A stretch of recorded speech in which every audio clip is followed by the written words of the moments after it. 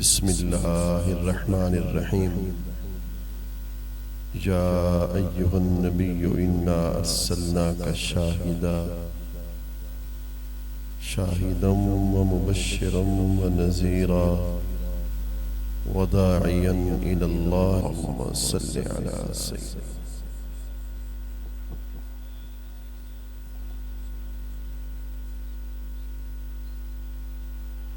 اللہ رب العزت کے کرم، سید الانبیاء امام الانبیاء حضور حضرت محمد مصطفیٰ احمد مجتبیٰ صلی اللہ علیہ وسلم ہم سب کی حاضری کو قبول اور منظور فرمائے. ہم سب کی خوش نصیبی اور خوش بختی ہے شہزادہ حضور نظام الملت عکس جمال حضور سلطان الاولیاء پرورد آغوش ولایت کشت عشق مصطفیٰ. علم کس کو کہتے ہیں؟ ادراک الشیء بحقیقتہ، کسی چیز کی حقیقت کو جان لینا، یہ علم کہلاتا ہے. علم کی دو قسمیں ہیں، ایک علم بالواسطہ ہے اور ایک علم بلا واسطہ ہے. یہ تمہیدی گفتگو بڑی قابل توجہ ہے. علم کی دو قسمیں ہیں، ایک علم بالواسطہ ہے اور ایک علم بلا واسطہ ہے. علم بالواسطہ جو کسی وسائط سے، کسی ذریعے سے، خارجی ذرائع سے جو چیز انسان کے علم میں ہو، جس چیز کی حقیقت کو وہ جانے، اس کو علم بالواسطہ کہتے ہیں. علم بالواسطہ کی پھر دو قسمیں ہیں، ایک حواس ظاہری سے حاصل ہوگا اور ایک حواس باطنی سے حاصل ہوگا. حواس ظاہری 5 ہیں. ایک حس باصرہ ہے، آنکھ کی قوت کے ذریعے سے انسان جان لیتا ہے کہ اس کپڑے کا رنگ پیلا ہے اور اس کپڑے کا رنگ سبز ہے. اس کو قوت باصرہ کہتے ہیں. ایک قوت سامعہ ہے، سننے کی طاقت سے علم آتا ہے، آواز بڑی سریلی ہے اور آواز خراب ہے، قوت سامعہ سے علم آتا ہے. ایک قوت ذائقہ ہے، چکھنے کی قوت. جب انسان کسی چیز کو چکھتا ہے تو علم حاصل ہوتا ہے کہ یہ شے میٹھی ہے اور یہ شے کڑوی ہے. اسی طریقے سے ایک حصے لامسہ ہے، جب کسی چیز کو ہم چھوتے ہیں تو علم آتا ہے کہ یہ شے نرم ہے اور یہ شے کھردری ہے، سخت ہے. اس تمام تر حواس کا تعلق حصے ظاہری کے ساتھ ہے. حصے ظاہری کے ذریعے سے انسان کو مختلف چیزوں کے حقائق کا علم آتا ہے، اس کو حصے ظاہرہ کہتے ہیں. ایک حصے باطنی ہے، مگر اس تک پہنچنے سے پہلے درمیان میں کچھ چیزوں کا عرض کرنا ضروری خیال سمجھتا ہوں. حصے ظاہری بڑا توجہ طلب نکتہ ہے، تھوڑی سی مشکل تمہید ضرور ہے، مگر حضور کرم کریں گے تو انشاءاللہ آسان بن جائے گی. حصے ظاہری سے انسان جو علم حاصل کرتا ہے اس کی خبر عقل کو دیتا ہے اور عقل اس کے بارے میں فیصلہ کرتی ہے. مثلا انسان دیکھے کہ اس کا رنگ کالا ہے، اب رنگت کالی ہے، اس کا فیصلہ آنکھ نے نہیں کرنا، اس کا فیصلہ عقل نے کرنا ہے. عقل کس کو کہتے ہیں؟ عقل کا معنی کیا ہے؟ العقل ما يعقل به حقائق الاشیاء. عقل کہتے ہیں کہ جس کے ذریعے سے کسی چیز کی حقیقت کو سمجھا جائے، کسی چیز کی حقیقت کو جانا جائے، اس کو عقل کا نام دیا جاتا ہے. دوستو یہ جو حصے ظاہری ہے خبر دیتی ہے عقل کو، اگر عقل بیدار ہے، اگر عقل بیدار ہے تو پھر عقل ان چیزوں کی حقیقت کا فیصلہ کرتی ہے. قوت فیصلہ نہ آنکھ کے پاس ہے، قوت فیصلہ نہ کان کے پاس ہے، قوت فیصلہ نہ انسان کے کسی اور عضو کے پاس ہے. فیصلے کی قوت اللہ نے انسان کے عقل کو عطا کر دی. تو اس کا کیا مطلب ہے کہ حواس خبر پہنچاتے ہیں علم عقل کو، اور عقل اس چیز کا فیصلہ کرتے ہیں. بات کو میں یہیں روک رہا ہوں اور روک کر ایک خوبصورت مثال کو پیش کر رہا ہوں. پوری کائنات ایک جسم انسانی کی طرح ہے، جیسے جسم انسانی کے اعضاء ہے، ہاتھ ہے، اس کے پاؤں ہے، انسان کی آنکھ ہے، انسان کا سر ہے. پوری کائنات 18,000 جہان. جسم کائنات کی روح کون ہے کہ جس کے ذریعے سے جسم زندہ ہے، کائنات زندہ ہے. اور دیکھیے جسم کے بننے سے پہلے روح کا ہونا ضروری ہے. قُلِ الرُّوحُ مِنْ أَمْرِ رَبِّي، فرمایا روح کو پہلے تخلیق کر دیا گیا، اس لیے کہ جسم زندہ ہوتا ہے روح کے ذریعے سے، اور مردہ بھی ہوتا ہے روح کے خارج ہونے سے. روح جب تک جسم میں ہے انسان دیکھتا بھی ہے، انسان سونگھتا بھی ہے، انسان پکڑتا بھی ہے، انسان بولتا بھی ہے. مولانا آئیے قرآن سے پوچھ لیتے ہیں اس جسم کائنات کی روح کون ہے؟ وَبِالْمُؤْمِنِينَ رَؤُوفُ الرَّحِيمِ. اس تحت الثری سے لے کر عرش اعظم تک، اول سے لے کر آخر تک، اس کے اندر چاہے وہ عالم ناسوت ہو، عالم بشر ہو، عالم ملک ہو، چاہے وہ 18,000 جہان ہو، اس پورے 18,000 جہانوں کے جسم کی روح ذات پاک مصطفیٰ کریم صلی اللہ علیہ وسلم. وہ جو نہ تھے تو کچھ نہ تھا، وہ جو نہ ہو تو کچھ نہ ہو، ارے وہ تو جہان ہے. اب آپ اس نقطے کو دل پہ لکھنا ہے اور دل پہ لکھنے کے قابل ہے. اور جملہ اور نقطہ یہ ہے کہ اب تک یہ کائنات باقی ہے، کائنات چل رہی ہے، کائنات میں تعطل کبھی نہیں آیا. جسم کائنات میں جب سے جسم کائنات بنا اس وقت سے روح اس جسم کائنات کی ذات پاک مصطفیٰ کریم کو بنایا گیا.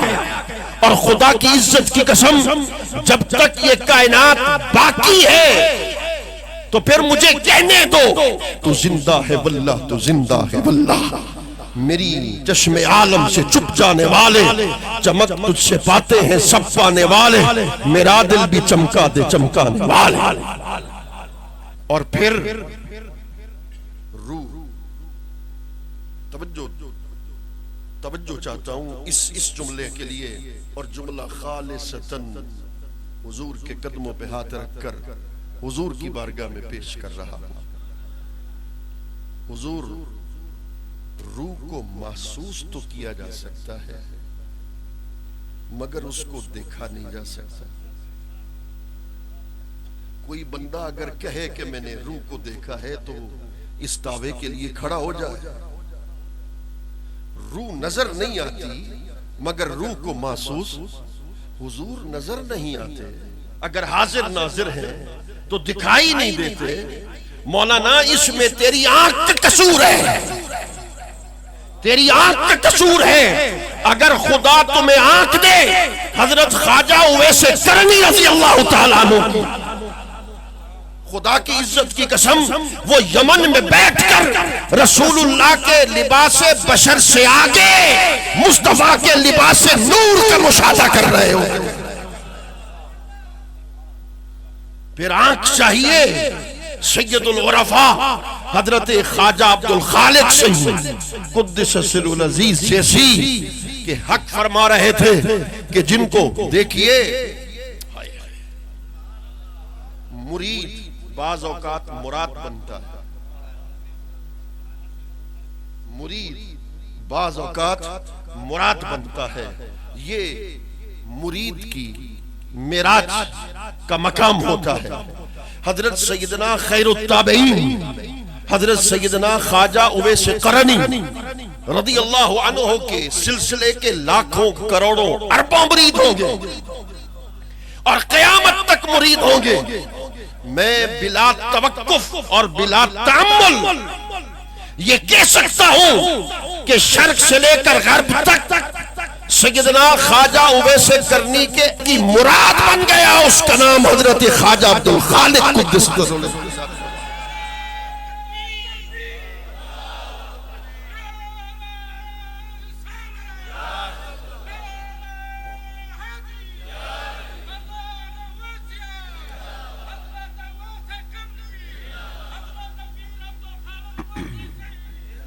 مراد کس کو کہا جاتا ہے؟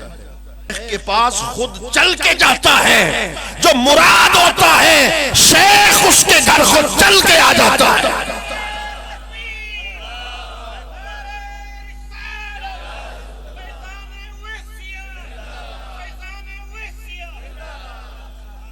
پھر جو بات میں آج چیلنج کر قابل توجہ ہے، جو جتنا تھوڑا بہت مطالعہ علم اللہ نے مجھے عطا کیا، آئیے مراد شیخ بھی ہو،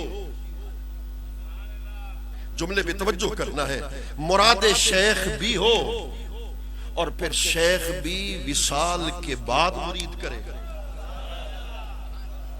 آئیے رہتی کائنات تک قادری، چشتی، نقشبندی، سہروردی، کوئی سلسلے کا ایسا فرد تو دکھائیے جو مراد شیخ بھی اور شیخ اپنے وصال پاک کے بعد اسے مرید کر رہا،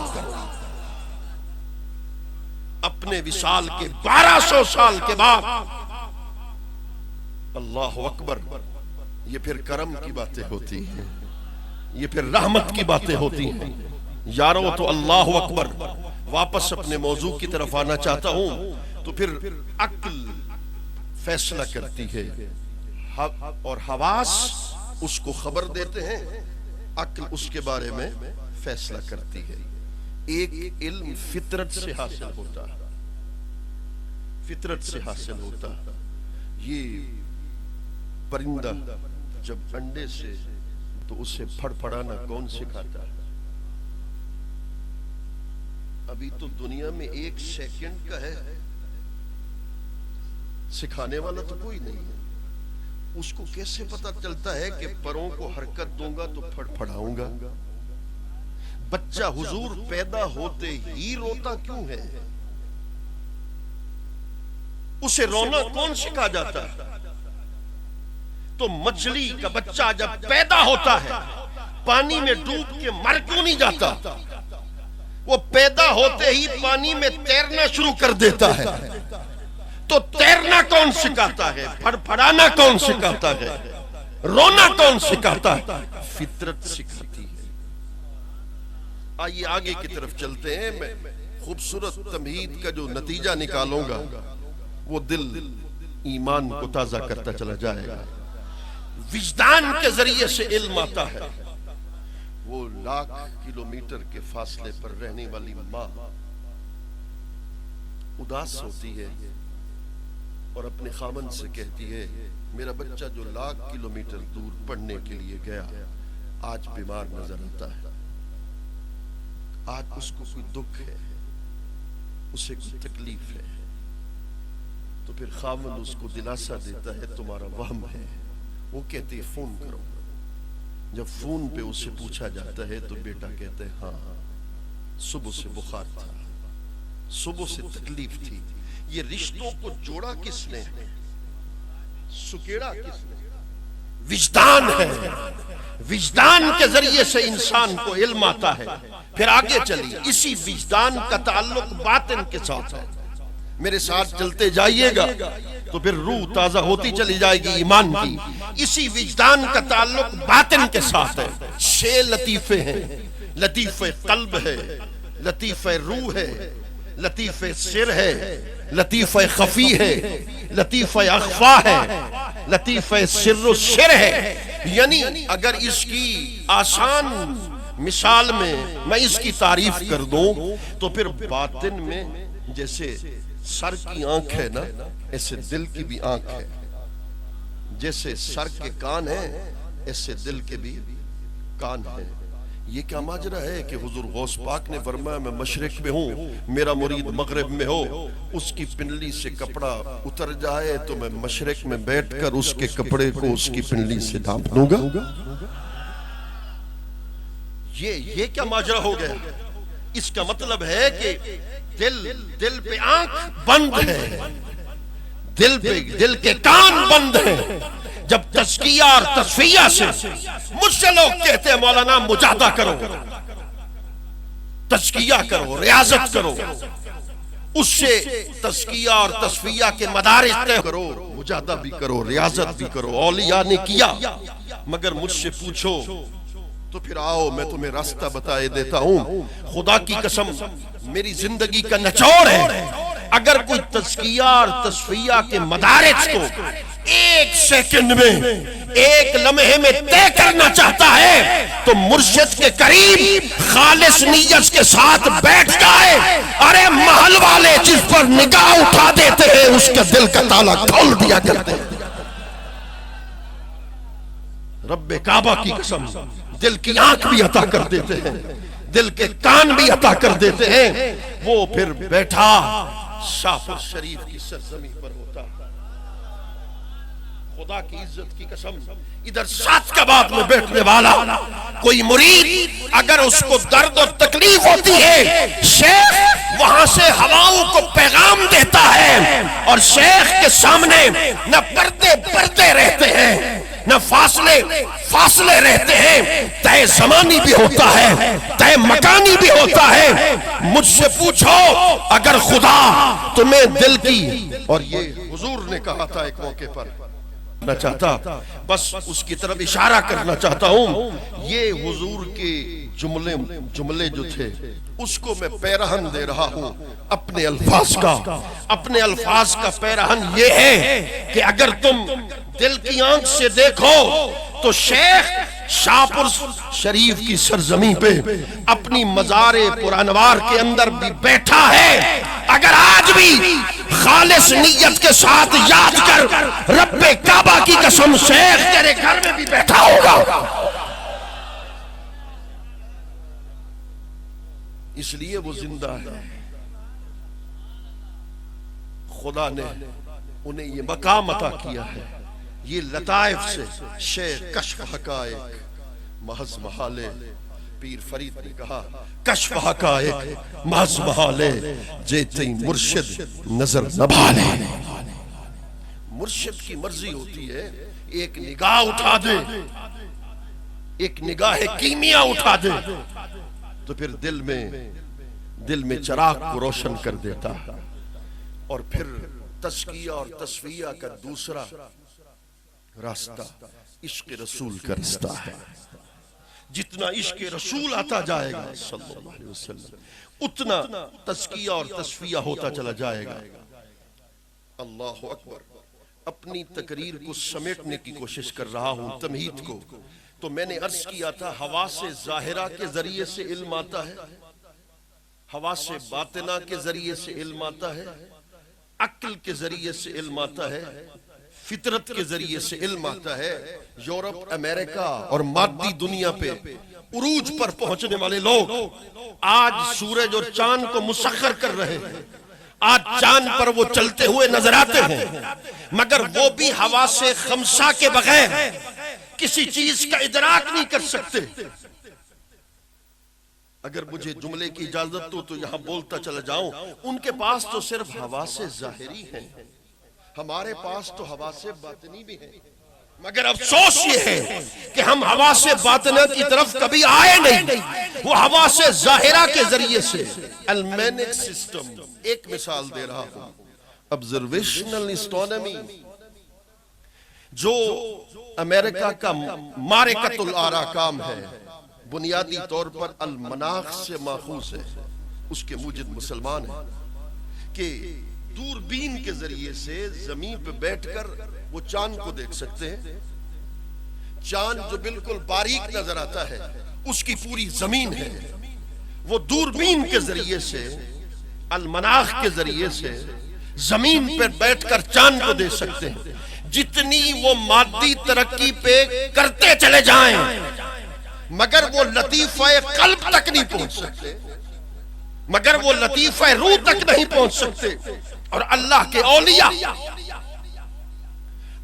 اولیاء جتنا روحانی سفر کرتے چلے جائیں۔ ایک مثال دے دوں، حضرت بایزید بسطامی رحمت اللہ تعالی علیہ شراکائد کی شرح نبراس، صاحب نبراس مولانا عبدالعزیز پرہاروی علیہ الرحمہ، وہ لکھتے ہیں کہ حضرت بایزید بسطامی رحمت اللہ تعالی علیہ نے روحانی سفر کتنا کیا، 7 لاکھ عرشوں کے پار گئے،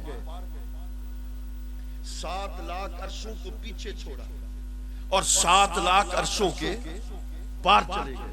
یہ ہے روحانی ترقی اور روحانی علم۔ مولا کائنات اسد اللہ الغالب امیر المؤمنین حضرت سیدنا علی بن ابی طالب کرم اللہ وجہہ، خدا کی عزت کی قسم، حضرت عبداللہ بن عباس فرماتے ان علی عنده علم الظاہر والباطن، فرما علی، مولا علی ظاہر کا بھی عالم ہے، مولا علی باطن کا بھی عالم ہے۔ لکل آیت 60,000 فہمہ، ہر آیت کے 60,000 معنی ہیں، مگر مولا علی کا علم دیکھو، اللہ نے انہیں قرآن کے ظاہر کا بھی عالم بنایا ہے، قرآن کے باطن کا بھی عالم بنا دیا، اور وہ باب العلم ہے۔ میرا موضوع نہیں، میں اس طرف جاؤں، وہ باب العلم ہے۔ تو چاہے علم کے ذرائع ظاہری ہو، اب اس نقطے پہ بڑا بھرپور توجہ سے سننا ہے، چاہے علم کے ذرائع ظاہری ہوں، چاہے علم کے ذرائع باطنی ہو، ایک جگہ ایسی آ جاتی ہے جہاں سارے ذرائع رکتے ہیں، سارے ذرائع رک جاتے ہیں، وہاں اللہ کا نبی ان حقیقتوں سے پردے اٹھا رہا ہوتا ہے۔ اس کو علم الانبیاء کہتے ہیں، اس کو علم الانبیاء کہتے ہیں، اس کو غیب کا علم کہتے ہیں۔ تھوڑا سا مجھے بتانا پڑے گا، غیب کس کو کہتے ہیں؟ غابہ یغیب غیبا، پوشیدہ مخفی چیز کو غیب کہتے ہیں۔ کل ما غاب عنک، ہر وہ چیز جو آپ سے مخفی ہو اس کو غیب کہتے ہیں۔ وَكُلُّ مَا غَابَ عَنْكَ مَا غَابَ عَنِ الْعُيُونِ إِنْ كَانَ مُحَصَّلًا فِي الْقُلُوبِ، وہ چیز جو آنکھوں سے تو پوشیدہ ہو اگرچہ وہ دل میں حاصل ہو اس کو غیب کا نام دیا جاتا ہے۔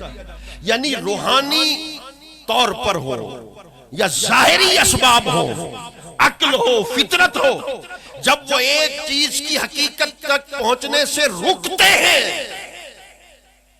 مثلا میں ایک مثال سے بات کو واضح کر دوں گا، کسی اللہ کے ولی نے، کسی غوث نے، کتب نے، ابدال نے، کلندر نے دعویٰ نہیں کیا میں نے اللہ کی حقیقت کو دیکھا۔ غیب کہتے کس کو ہے؟ مالا یقع تحت الحواس، جو حواس کے نیچے داخل نہ ہو، جس کو حواس دیکھ نہ سکے اس کو غیب کا نام دیا جاتا ہے۔ رب کعبہ کی قسم، میرے کریم آقا کی شان اور مقام کا عالم یہ ہے، میری عادت نہیں ہے سبحان اللہ کہلوانا، مگر اب جو بات کر رہا ہوں دل سے سبحان اللہ کہنا ہے، اس لیے کہ عقیدے کی بات کر رہا ہوں۔ عقیدے کی کیا بات ہے، سنتے چلے جائیے گا۔ اللہ کی ذات کی حقیقت کو دیکھنے کا دعویٰ نہ کسی غوث نے کیا، نہ کسی ابدال نے کیا، نہ کسی کلندر نے کیا۔ صفات کو دیکھا۔ امام اعظم ابو حنیفہ فرماتے ہیں میں نے کئی مرتبہ رب کو دیکھا۔ امام شافعی فرماتے ہیں میں نے 3 مرتبہ رب کو دیکھا۔ اللہ کو دیکھنے کا دعویٰ تو کیا، مگر اللہ کی حقیقت کا دیدار، اس کا دعویٰ کسی غوث، کسی کلندر نے، کسی ابدال نے نہیں کیا۔ اور میرے کریمہ کا کیا ہے، شب معراج پہنچے ہیں، شب معراج جب حضور پہنچے ہیں، اگر بات آ جاتی ہے پردے کی کہ پردے میں دیدار کیا تھا، تو پھر معراج پہ لامکاں پہ بلانے کی ضرورت کیا تھی؟ اگر کوئی شخص کہتا ہے پردے میں دیدار کیا تو لامکاں پہ بلانے کی حاجت کیا تھی، ضرورت کیا تھی؟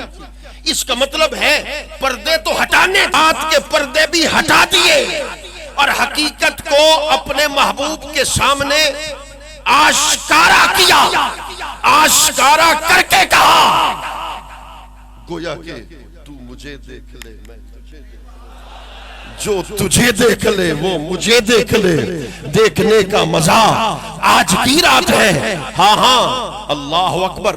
پھر شیخ بھی کہہ گئے اعلی حضرت عظیم البرکت، وہی ہے اول وہی ہے آخر، وہی ہے ظاہر وہی ہے باطن، اسی کے جلوے اسی سے ملنے اسی سے اس کی طرف گئے تھے۔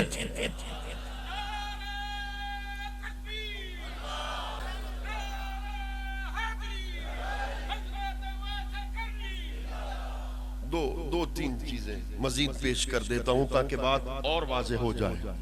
کہتے ہیں میرے شہر میں دوسرے مسلک کا ایک مبلغ ہے، اس کے نام سے آپ واقف ہیں، مجھے ضرورت نہیں ہے اس کے نام کو بیان کرنے کی۔ اس نے تقریر کی میرے شہر میں اور کہا علم غیب کو مانتے ہیں، بعض اوقات ہوتا ہے، بعض اوقات علم حضور کو نہیں ہوتا، غیب کا علم مانتے ہیں۔ لوگ آ کر مجھ سے کہنے لگے مولانا تم تو دعویٰ کر رہے تھے وہ غیب کا علم مانتے ہی نہیں، وہ تو مانتا علم ہے، یا ہر لحظہ علم ہے، یا پھر کبھی ہوتا ہے کبھی نہیں ہوتا۔ بات ایک صوفیہ کی کر دیتا ہوں، بات واضح ہو جائے گی۔ نگاہ مصطفیٰ کا کمال کیا ہے؟ علم نشرح لک صدرک، اس کی تفسیروں میں جب تم پڑھو گے تو معاملہ واضح ہو جائے گا۔ حضور کی نگاہ کا کمال یہ ہے، ہر لحظہ ہر لمحہ ہر آن وہ تو اللہ کے دیدار میں مستغرق رہتے ہیں، جو غیب الغیب ہے ہر وقت تو اس کے دیدار میں محو اور مستغرق رہتے ہیں۔ تو پھر کائنات میں کون سا ایسا غیب ہے جو حضور سے پوشیدہ ہے، جو حضور سے مخفی ہے؟ اللہ اکبر۔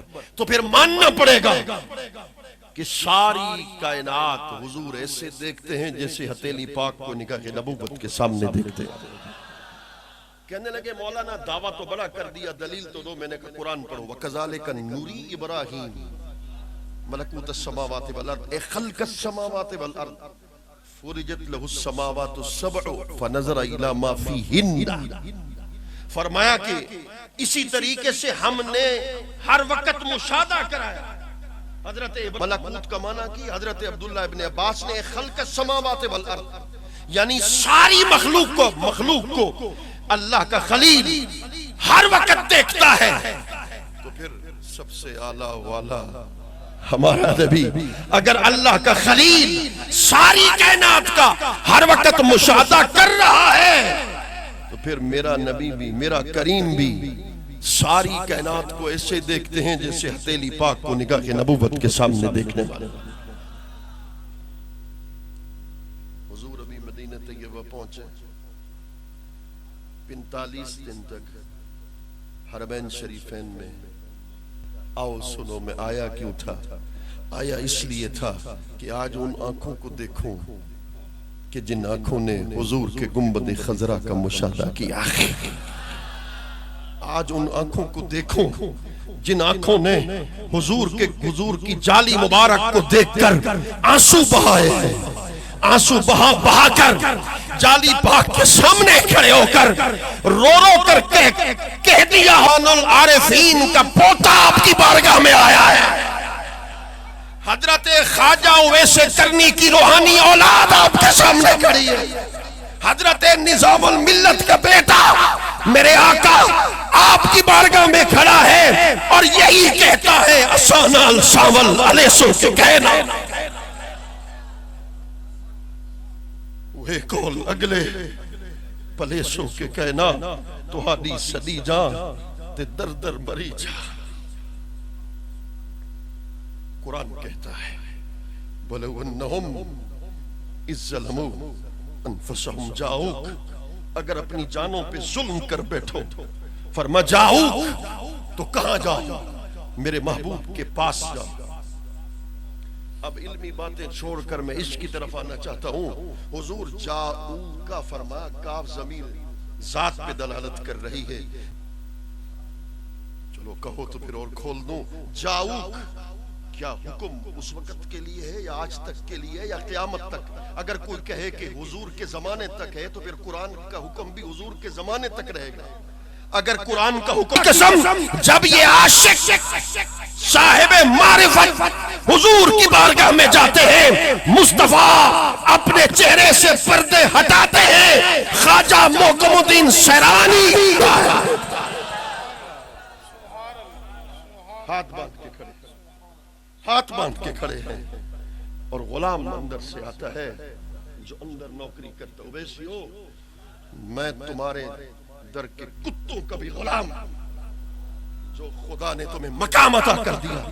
حضرت سیرانی بادشاہ حضور کی جالی پاک کے سامنے کھڑے ہیں، آنکھ اٹھتی نہیں، آنکھ چکی ہوئی ہے، ہاتھ بندے ہوئے ہیں، آنکھوں سے آنسو روا ہیں اور دل میں یہی ہے اسانا سامل علیہ سو کے کہنا پردے ہٹاؤ نا میرے آقا، پردے ہٹاؤ نا، آج چہرے کا دیدار کروائیے نا۔ رو کر خود آنسو حضور سے عرض کر رہے ہیں کرم کر دیجئے نا، تو پھر اندر سے غلام آتا ہے کہتا ہے تم نے محکم الدین کون ہے؟ آپ خاموش ہیں، کوئی جواب نہیں دیتے۔ کون ہے؟ سرکار نے اندر یاد کیا ہے، تو پھر خاموش ہو کے کھڑے ہیں۔ سیدھا غلام آپ کے پاس آتا ہے، کیوں؟ بے کعبہ کی قسم رسول اللہ نے ان کے چہرے کا حلیہ بتایا، فرمایا جس کی آنکھیں ایسی ہیں وہی تو میرا محکم الدین ہے۔ ساری دنیا حضور کا حلیہ پڑھتی ہے، سرکار سیرانی لجپال کا حلیہ بیان کر رہے ہیں۔ دروازہ کھلا اور آپ سب کے علم ہے کہ جب جالی پاک کا دروازہ کھلتا ہے اندر پھر چار دیواری ہے، اندر پھر گنبد ہے، اس کے اندر کوئی نہیں جا سکتا، بس باہر کھڑے ہو کے سلام پڑھ کے بندہ باہر آ جاتا ہے۔ یہ بھی بڑے نصیب کی بات ہوتی ہے، مگر اندر براہ راست حضور کی بارگاہ میں حضور کی زیارت کرنا یہ ظاہری اعتبار سے ایسا نہیں ہوتا، مگر سیرانی بادشاہ کا مقام دیکھو، آپ خود فرماتے ادھر میں اندر پہنچا، پردے ہٹے، میرے کریم آقا تخت پر جلوہ گر ہیں، حضور فرماتے ہیں محکم الدین دور کو کرا ہے، آ میرے قریب ہو جا۔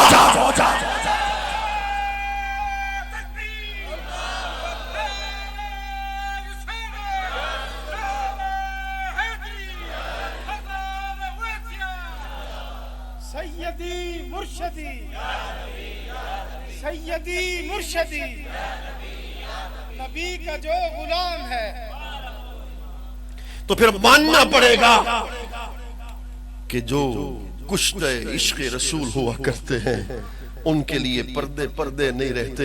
اور پھر سنو سرکار نے کرم کیسے کیا، فرما قریب آ جاؤ، دست مبارک سے دستار بندی کی۔ ہے کوئی ایسا خوش نصیب، ہے ایسا خوش قسمت کوئی جیسے تمہارا پیر خوش نصیب ہے؟ رب کعبہ کی قسم، رسول اللہ نے دستار بندی کی، اور علماء بواطن سے پوچھو دستار بندی کا مطلب کیا ہوتا ہے؟ معبرین رویا سے پوچھ لو تمہیں بتا دیں، وہ تو عالم خواب نہیں تھا، عالم بیداری تھی نا۔ دستار بندی کا مقصد یہ ہوتا ہے شان ولایت در مصطفیٰ سے براہ راست عطا کی جا رہی تھی۔ اللہ اکبر۔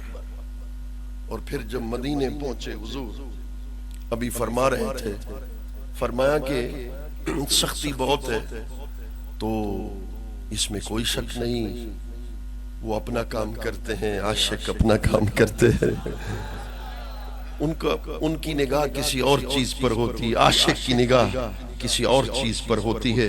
پیر فرید کہتا ہے من ڈٹھم مدینہ آلی جت کون مکان دوالی ہے دھرتی ہے بو خالی پیا نور رسالت چھکے تو نے لگ دن دکے دکے اکول والیا تکے۔ آپ نے ابھی فرمایا کہ جب ادب کی نیت سے، ظاہر ہے ادب سے بڑھ کر تو اور مقام نہیں، جب ہم دیکھتے تھے تو وہ پیچھے آ جاتے تھے، پیچھے آ کے وہ اپنا کام کرتے تھے، ہم اپنا کام کرتے تھے۔ اور پھر گنبد خضرا کے سامنے جب عاشق کھڑا ہوتا ہے نا تو جاؤ کا پر بات چل رہی تھی۔ جاؤ کا یہ نہیں فرمایا کہ میرے محبوب کی مزار پہ جا، جاؤ کا کیا مطلب ہے؟ حضور کے پاس جا۔ چلو اس کی تفسیر اور کر دو۔ اللہ اکبر۔ حضرت ابو ایوب انصاری رضی اللہ عنہ رسول اللہ کے وصال پاک کے بعد حضور کی مزار پہ گال رکھ دیا، جب رخسار رکھ دیا تو مروان آ گیا، اس نے کہا پیچھے ہٹ، تو پیچھے ہٹاتا کون؟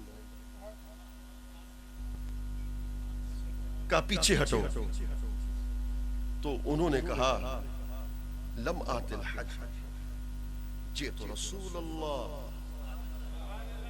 میں کسی پتھر کے پاس نہیں آیا، میں رسول اللہ کے پاس آیا ہوں۔ قرآن کہہ رہے جاؤ کا یعنی حضور کے پاس جاؤ۔ ارے آنکھ ہو، تیری نگاہ اگر باطن کی کھلی ہوئی ہو، گنبد خضرا کے سامنے کھڑا ہو جائے، مصطفیٰ کے جلوے تمہیں نظر آئے۔ اللہ اکبر۔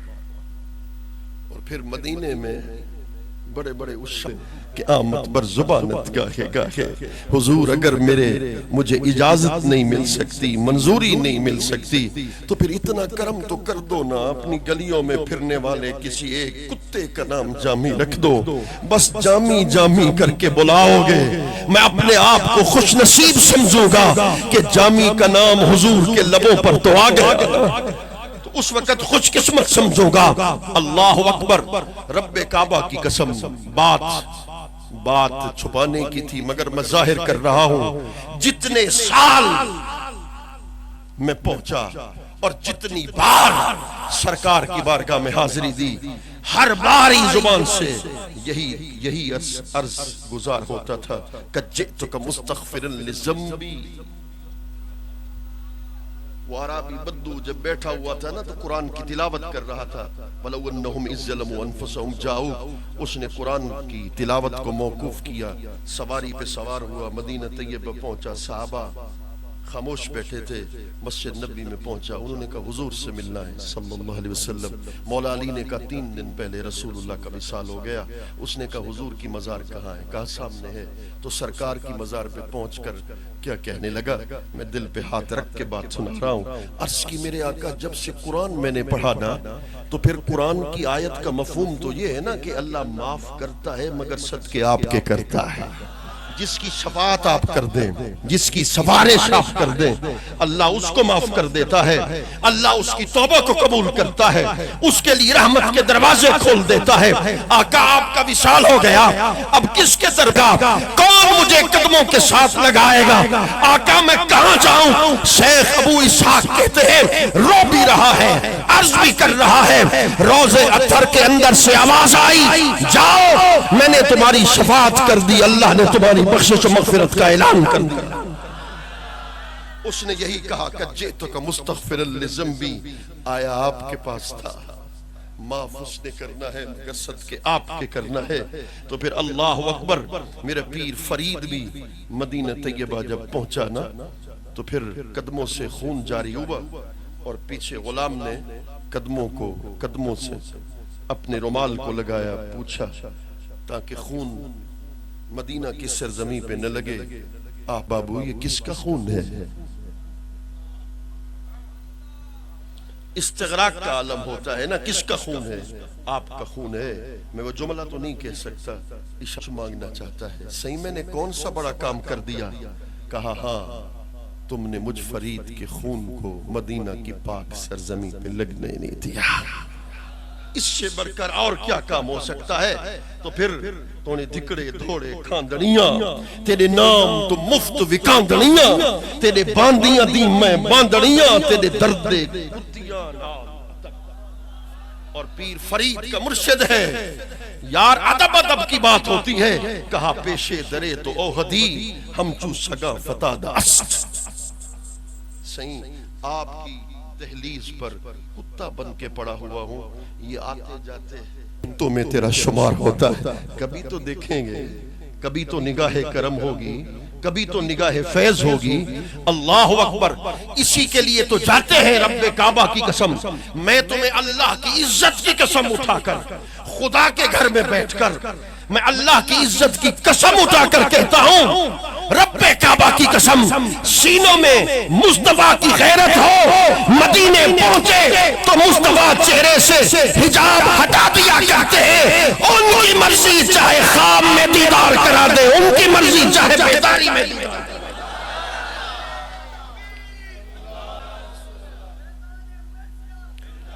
تو اعلی حضرت عظیم البرکت تاجدار بریلی اشاہ امام احمد رضا خان بریلوی ایسے نہیں کہا، وسوء لالزار پھرتے ہیں، تیرے دن نئے بہار پھرتے ہیں، تیری کیا پوچھے کوئی بات رضا، تجھ سے کتے ہزار پھرتے ہیں۔ جب اپنے آپ کو اس قدر جھکایا اعلی حضرت نے، فرماتے ہیں رات کو میں اپنے کمرے میں سویا ہوا تھا، فرمایا خواب کی بات نہیں، میرا کمرہ نور سے روشن و منور ہو گیا، فرمایا میرا دیدار کرنا چاہتے تھے نا، تو میں نے غور سے پردے ہٹا رہا، میں کیوں ہر تقریر میں حضرت خواجہ اویس قرنی خیر التابعین امام العارفین کی ذکر کرتا ہوں؟ ایک تو ان کا کرم ہے، دوسرا میں نے اپنے دادا کے علیہ رحمہ کے سوانح حیات کو پڑھا، اس میں لکھا ہوا تھا کہ میں نے حضرت خواجہ اویس قرنی رضی اللہ تعالیٰ عنہ کا کئی بار عالم خواب میں دیدار کیا۔ فاروق اعظم کی بارگاہ میں سلام، رات کو سوئے سرکار خواب میں آئے، خواب میں آ کر فرمایا سراج احمد تم میرے دو یاروں پر تو یہیں سلام پیش کرتے ہو، باقی دو یاروں کو مجھ سے دور سمجھتے ہو، آئندہ آیا کرو تو چاروں پر یہی سلام پیش کیا کرو۔ اور میرے دادا کھڑے ہو کر کہنے لگے، رونے لگے، کہنے لگے تمہیں مبارک ہو، سرکار نے تمہاری حاضری کو بھی قبول کر لیا، مجھ غلام کی حاضری کو بھی قبول کر لیا۔ اللہ اکبر۔ تو عشق رسول کو سینے میں اپناؤ، محبت رسول کو اپناؤ، عشق رسول حضور کی سنت سے آئے گا، حضور کی سیرت کے پڑھنے سے آئے گا، حضور کے عشق و محبت کا نور سرکار کے حلیہ مبارک کو بار بار پڑھنے سے آئے گا۔ آخری باتیں بطور نصیحت کے حضور کی اجازت سے کرنا چاہتا ہوں۔ خلیفہ اول ہیں حضرت سیدنا صدیق اکبر رضی اللہ عنہ ہیں، آپ جلوگر ہیں، غلام آتا ہے، پیالے میں دودھ ہے، آپ کی بارگاہ میں پیش کرتا ہے، تو فرمائے دودھ کہاں سے لے کر آئے تھے؟ عرض کی حضور کہانت کی تھی، جھوٹ موٹ کے جیسے دم پڑتے ہیں تو ایسے کیا تھا، تو اس نے مجھے پیسے دیے، تو کہا یہ دودھ کا پیالہ پینے سے پہلے تو مجھے بتا دیتے، حضور آپ نے موقع ہی نہیں دیا۔ فرمایا اچھا۔ اسی وقت اپنے گلے میں انگلی کو ڈالا، دودھ کا ایک ذرہ بھی پیٹ کا حصہ نہیں بننے دیا۔ امیر المؤمنین سیدنا فاروق اعظم رضی اللہ عنہ بحرین کے نے آپ کو کستوری پیش کی کہ اہل مدینہ میں جو مسلمان ہیں سب کو کستوری تقسیم کر دیں۔ اس وقت بھی بڑی قیمتی تھی، آج تو بہت قیمتی ہے۔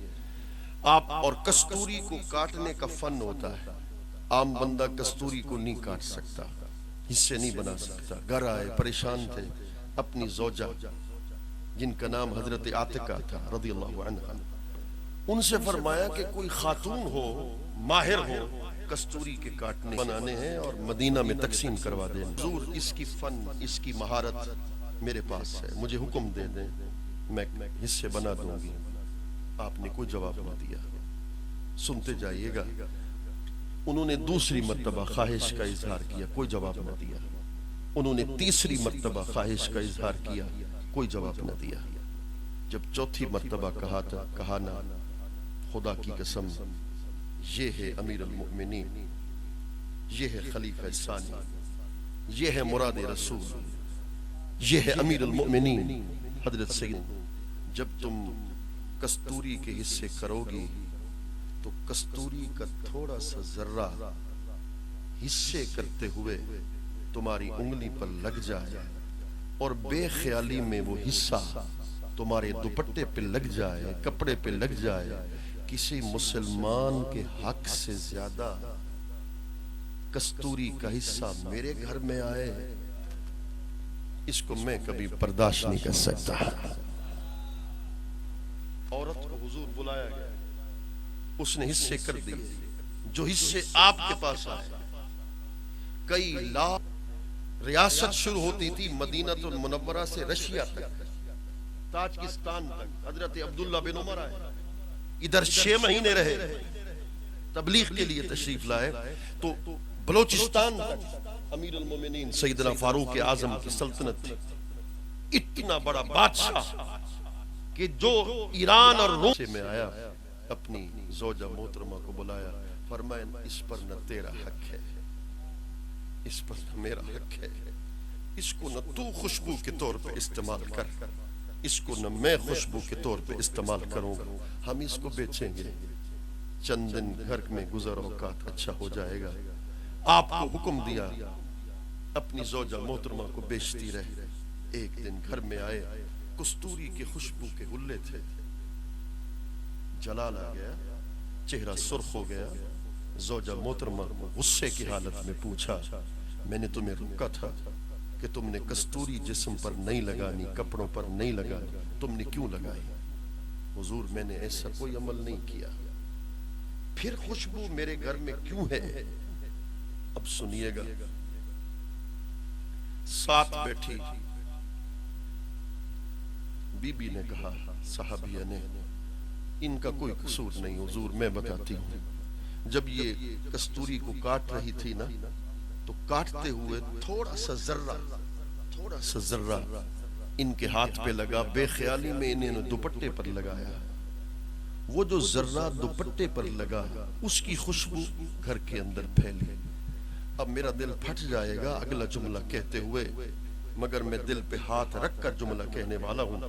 یہ سننے کی دیر تھی، بجلی کی تیزی سے سیدنا فاروق اعظم اپنی زوجہ کے قریب پہنچے، ان کے دوپٹے کو اتارا، دوپٹے کو اتار کر گھر کے اندر جو پانی جہاں جمع تھا اس کو خود دھونا شروع کیا، دھویا، پھر سونگا، خوشبو تب بھی تھی، پھر دھویا، پھر سونگا، خوشبو تب بھی تھی، جب تک خوشبو ختم نہیں ہوئی آپ دھوتے رہے۔ زوجہ نے کہا، کون سا ایسا ماجرا ہو گیا مجھ سے کہ آپ میرے دوپٹے کو بار بار دھو رہے ہیں؟ فرمایا وہ جو خوشبو ہے، اور مسلمانوں کے گھر سے زیادہ خوشبو میرے گھر میں ہو اس کو امیر المومنین کبھی برداشت نہیں کر سکتا۔ اللہ اکبر، اللہ اکبر۔ بس اسی چیز کو حاصل کر لو تو حضور کا عشق بھی آ جائے گا، حضور کی محبت بھی نصیب ہو جائے گی۔ اپنے مرشد کے ساتھ ضرور حضرت اپنے مرشد کے ساتھ وابستہ رہو، ان کی محبتوں کو اپنے سینے میں داخل کر لو، ان کے قرب کو تم حاصل کر لو۔ جتنا مرشد کا قرب حاصل ہوتا چلا جائے گا اتنا تزکیہ اور تصفیہ ہوتا چلا جائے گا۔ قرآن نے کہا کونوا مع الصادقین، سچوں کے ساتھ ہو جاؤ، سچوں کے ساتھ ہو جاؤ گے۔ رسول اللہ صلی اللہ علیہ وسلم نے فرمایا نیک بندے کی صحبت کی مثال عطار کی طرح ہے کہ جب اس کے ساتھ ہاتھ ملاؤ گے تو خوشبو لے کے گھر ضرور جاؤ گے۔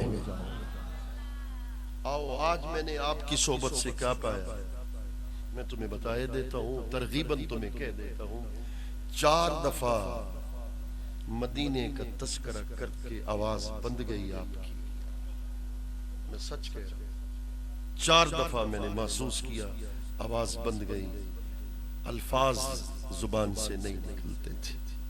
اس کو عشق رسول کہتے ہیں، اس کو محبت سرکار کہتے ہیں۔ ہاں اگر دل کی حالت کو تو خدا جانتا ہے، میں محسوس ضرور کر سکتا ہوں جسم حضور کا یہی ہے، مگر روح مدینے میں چھوڑ کے آئے، روح حضور کے گنبد خضرا کے طواف کے اندر مصروف ہے۔ ہاں ہاں یہی تو بات ہے کہ جب مرشد کامل کی صحبت میں آؤ گے تو عشق رسول کی نعمت تمہیں مل جائے۔ میں نے دنیا کے کئی بڑے بڑے آستانوں پہ جاتا ہوں، مگر آج ایک اور راز کی بات کر رہا ہوں۔ نظام الملت قدس السر العزیز کی بار بار زیارت کی، مگر میں نے ان کی تصویر کو دیکھا۔ آج آپ کو کئی لوگ حضور سلطان العارفین کی شکل کے نور میں نظر آئے۔ یہ کبھی تم نے سوچا کہ ایسا کیوں ہوتا؟ ان کے وصال کے بعد ایسا ہو گیا، ایسا کیوں ہو جاتا ہے؟ اس لیے کہ مرشد ادھر بیٹھ کر جب نگاہ کرم اٹھاتا ہے تو اپنی شکل مبارک کا نور اسے عطا کر دیتا ہے۔ اس کو تصوف میں توجہ اتحادی کا نام دیا جاتا ہے۔ خیر التابعین، بس ان کی پورے واقعے کو تو بیان نہیں کر سکتا، ان کے حکم کی تعمیل میں سید العارفین ہیں، امام العاشقین ہیں، حضرت خواجہ اویس قرنی رضی اللہ عنہ ہے۔ سرکار کے مدینے پہنچے، حضور کے دروازے کو دستک دی، اندر سے آواز آئی کون؟ کہنے لگے شتر بال، چھیڑو، بکروال۔ کس لیے آئے ہو؟ حضور کے دیدار کے لیے آیا ہوں، 15 سال ہو گئے دیدار کی خواہش رکھتا ہوں۔ فرمایا سرکار تو مدینہ طیبہ کے باہر تشریف لے گئے۔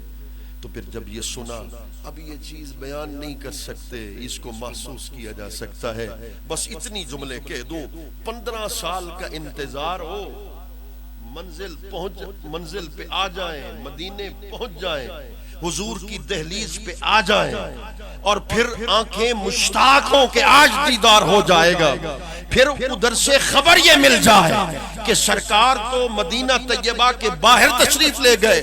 اب یہ وہ بات ہے کہ جس کو کوئی لفظ بیان نہیں کر سکتے، بس صحابہ کی دامن کو کھینچ کے کہا اتنا کرم ضرور کر دینا، جب میرے آقا کریم آ جائے کہہ دینا یمنی غلام آپ کو سلام کہتا تھا۔ سرکار جب اپنے میرے کریم آقا جب مدینہ طیبہ تشریف لائے، کاشان اقدس میں میرے کریم آقا نے قدم رکھا، حضور کے قدم وہیں رک گئے، اور امہات المومنین کو قریب بلا کر فرمایا میرے گھر کے دروازے پہ کون آیا تھا جو اپنا نور چھوڑ کے یہاں سے حضرت اویس قرنی آئے تھے۔ حضرت اویس قرنی کا نام سنا تو سرکار کی آنکھوں سے آنسو آ گئے۔ ارے دنیا کے عاشق حضور کے لیے روتے ہیں، اس سے بڑھ کر کون عاشق ہوگا جس کے لیے خود سرکار آنکھوں سے آنسو آ رہے تھے۔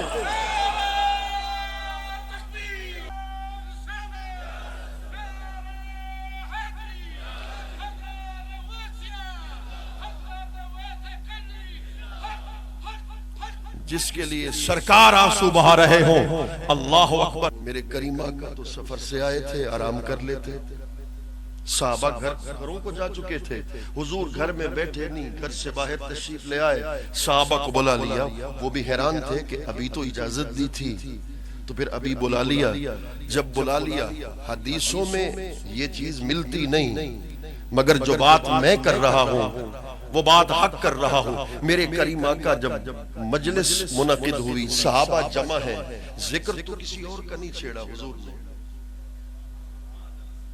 توجہ کر کے بیٹھنا، ذکر تو کسی اور کا نہیں چھیڑا سرکار نے.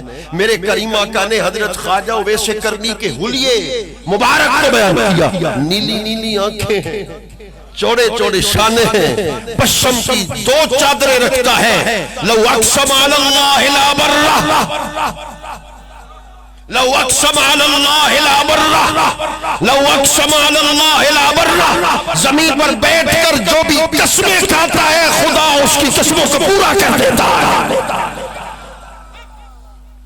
تو مجھے جملہ کہنے دو، مجھے جملہ کہنے کی اجازت دے دو. خدا جن کی زبان، اس کا نام حضرت خواجہ اویس کرنی. اللہ اکبر. میرے کریم آقا تو پھر کیا ہوا؟ مجلس سیدنا ذکر اویس قرنی ہو گئی، مجلس منعقد ہو گئی. حضرت سیدنا صدیق اکبر کھڑے ہو گئے. میں اس کا دیدار کر سکتا ہوں؟ فرما نہیں. سیدنا فاروق اعظم کھڑے ہو گئے. میں زیارت کر سکتا ہوں؟ فرما ہاں، دیدار کر لینا تو اس کو میرا بھی سلام پہنچا دینا. تو پھر ہے کوئی ایسا کہ خود حضرت صدیق اکبر جن کے دیدار کا طالب ہو، حضرت فاروق اعظم جن کے دیدار کے متمنی ہو، وہ اس لیے متمنی تھے کہ اس ہستی کے چہرے کو دیکھیں جن کا حلیہ سید الانبیاء بیان کر رہے ہیں. اور حضور فرما رہے ہیں اسے میرا بھی سلام پہنچا دینا. اور جب ملاقات ہوئی تو چھپایا، مستوری اور محجوبی تھی، چھپایا. انی عبداللہ. فرما ہاتھ آگے کرو. سیدنا فاروق اعظم نے فرما ہاتھ آگے کرو. ہاتھ آگے کیا تو ہاتھ پہ دیکھا برش کا نشان ہے. رسول اللہ نے ان کے جسم پر ہاتھ پر سفید نشان کی خبر عطا فرمائی تھی. جب انہوں نے دیکھا تو کہا 2 باتیں ہیں، بڑے غور سے سننا اور باقی غور سے سنتے ہو. فرمایا رسول اللہ نے تمہیں سلام بھیجا، حضور نے تمہیں جبہ بھیجا. اب تیسری بات پہ میں کہہ رہا ہوں، دل سے سبحان اللہ کہنا ہے. تم اپنی قسمت میں ناز کرو، میں ناز کر رہا ہوں، مگر بے جملہ غور سے سننا. تیسری بات کیا کی؟ رسول اللہ نے فرمایا میری امت کی بخشش کے لیے دعا تو کرنا، دعا تو کر. حضور فرما رہے ہیں صلی اللہ علیہ وسلم. سیدنا فاروق اعظم فرماتے اسی وقت لمبا سجدہ کیا. حضرت خواجہ اویس کرنی نے اتنا لمبا سجدہ کیا. آپ فرماتے ہیں میں نے دل میں خیال آیا کہ کہیں روح تو پرواز نہیں کر گئی. میں نے ان کے جسم کو حرکت دی، سجدے سے سر اٹھایا، کہا امیر المومنین سیدنا فاروق اعظم سے میں نے جب پہلی مرتبہ دعا کی، اللہ نے لو اقسم علی اللہ لا برہ، لو اقسم علی اللہ لا برہ، جو دعا کرتے ہیں اللہ قبول کر لیتا ہے. فرمایا پہلی مرتبہ دعا کی، اللہ نے حضور کی پوری امت کے ایک حصے کی معافی کا اعلان کیا. جب دوسری مرتبہ دعا کی، آدھی امت کی معافی کا اعلان کیا. جب تیسری بار دعا کی، تہائی امت کی معافی کا اعلان ہوا. اگر آپ تھوڑی دیر محلت لیتے، میں چوتھی مرتبہ دعا کرتا، خدا میری دعا کے صدقے حضور کی ساری امت کی معافی کا اعلان کرتا. یہ ہے مقام سیدنا اویس قرنی جن کی دعاؤں کے صدقے سے خدا حضور کی تہائی امت کی بخشش و معافی کا اعلان کر دے. اسی سلسلے سے تعلق رکھنے والے وہ حضور کے غلاموں عاشقوں بس اسی بات پہ بات کو ختم کرنے جا رہے ہیں. دم آخر نمائی جلوہ دیدار جمیلہ. میں ایک بار کہتا رہتا ہوں اور آج بھی کہوں گا، میرے حضور خواجہ غلام فرید رحمت اللہ تعالی ان کے بیٹے ہیں حضرت نازک کریم غریب نواز. ان کا ایک مرید تھا، اس نے قتل کر دیا دوسرے کو. مرید قاتل ہے اور جس کو قتل کیا مقتول کو وہ بھی مرید ہے. قاتل بھی مرید اور مقتول بھی مرید. قاتل کے باپ نے کہا شفاعت تو کر دیں، سفارش کر دیں، وہ معاف کر دیں، ہمیں دیت لے لے، اس کے بدلے میں میرا بیٹا جوان قتل ہو جائے گا. آپ تشریف لے گئے. لجپال تو لجپال ہوتے ہیں نا، تو فرما قصاص لو، دیت لو. قرآن نے کہا تمہاری مرضی ہے. کہا اچھا فیصلہ میں کر دوں. کہا ہاں فیصلے کا اختیار تمہارے پاس ہے. قصاص لو، دیت لو، مشورہ کرو، فیصلہ کر کے مجھے سناؤ. اندر پہنچا. 5 بچے تھے، ایک تو قتل ہو گیا، 4 باقی تھے. رات کو سو رہے تھے. ان کو وضو کرایا، وضو کرا کے مرشد کے حضور قطار میں کھڑا کر دیا. حضور آپ نے مجھ سے کہا تھا فیصلہ کر کے آنا کہ قصاص لو یا دیت لو. میں فیصلہ کر کے آ گیا. فرمایا فیصلہ سناؤ نا. کہا حضور فیصلہ یہ ہے، اس قاتل سے کہہ دیجئے ہر سال ایک بچہ میرا قتل کرتا جائے، اس کے بدلے میں میرا مرشد میرے گھر آتا جائے گا. کون سا قصاص ہے حضور؟ کون سی دیت ہے؟ جب آپ آ گئے ہیں تو میرے بچے بھی آپ پر قربان، میرا سب کچھ آپ پہ قربان. اویسیو میں اسی بات پہ بات کو ختم کر رہا ہوں.